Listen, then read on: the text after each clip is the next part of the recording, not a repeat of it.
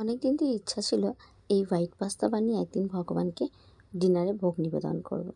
সেই মতো আজকেই বানিয়ে ফেললাম ভগবানের জন্য হোয়াইট পাস্তা।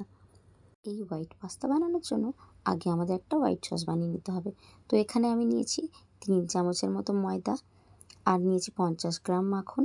সমস্তটা খুব ভালো করে অল্প আঁচে নেড়ে চেড়ে ভাজা ভাজা করে নিতে হবে। যখন এই ভাজা ভাজা হয়ে যাবে তখন এর মধ্যে আমি দিয়ে দেবো প্রায় 250 গ্রামের মতো দুধ। মানে 1 প্যাকেট ওই আমুল দুধের প্যাকেট নিলেই হবে।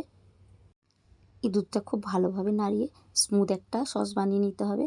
আর আমি এখানে দিলাম স্বাদ মতো লবণ, গোলমরিচের গুঁড়ো, দিলাম স্বাদ মতো চিনি। চিনিটা অল্প দিলেই হবে। এখন খুব ভালোভাবে হাতে একটু স্পিড দিয়ে নাড়তে হবে যাতে কোনো রকম দলা না পাকিয়ে যায়। এই সসটা বানাতে আমার 10 মিনিটের মতো সময় লেগেছে। এখন আমি এর মধ্যে একটু দিয়ে দেবো অরগ্যানো বা ইটালিয়ান হার্বস। এখন এর মধ্যে আরও একটু বাটার আমি দিয়ে দিলাম। সসটা নামিয়ে এখন আমি একটা বাটির মধ্যে ঠান্ডা করে নেব। এরপর এদিকে আমি পাস্তাটা সেদ্ধ করে নেব। এতে লবণ আর একটু সামান্য সাদা তেল দিয়ে পাস্তা সেদ্ধ করে নিয়েছি।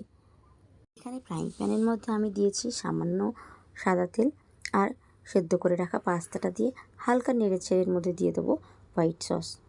পাস্তাটা বানাতে মোটেও বেশি সময় লাগে না, শুধু সসটা বানাতে যতটা সময় লাগে। এর মধ্যে আমি দেব অল্প সামান্য গোলমরিচের গুঁড়ো, দেবো কিছু চিলি ফ্লেক্স, আপনারা আপনাদের টেস্ট অনুযায়ী দেবেন। এখন এর উপর থেকে আমি একটু চিজ গ্রেট করে দিয়েছি। তুলসী পত্র দিয়ে আমার প্রিয় লাড্ডু গোপুকে ভোগ নিবেদন করব। এই ভিডিও আপনাদের যদি একটু ভালো লেগে থাকে ভিডিওতে একটা লাইক দিয়ে দেবেন। হরে কৃষ্ণ।